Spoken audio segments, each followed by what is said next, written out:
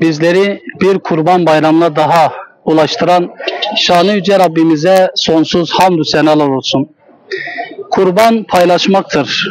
Kurban Hazreti İbrahim gibi adanma göstermektir. Kurban Hazreti İsmail gibi teslim olmaktır. Teslimiyet göstermektir. İşte bugünler Hazreti İbrahim ve oğlu Hazreti İsmail'in adanmışlık ile teslimiyetini gösterdiği bir gündür.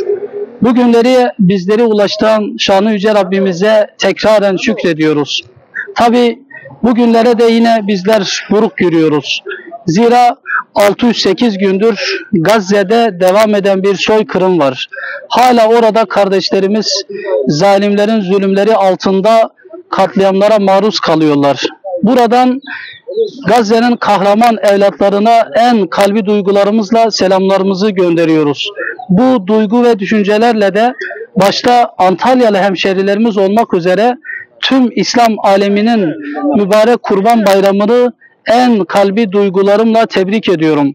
İnşallah bu güzel günler ümmetin birliğine, beraberliğine ve hususen de Gazze'nin zaferine vesile olmasını Cenab-ı Allah'tan diliyorum.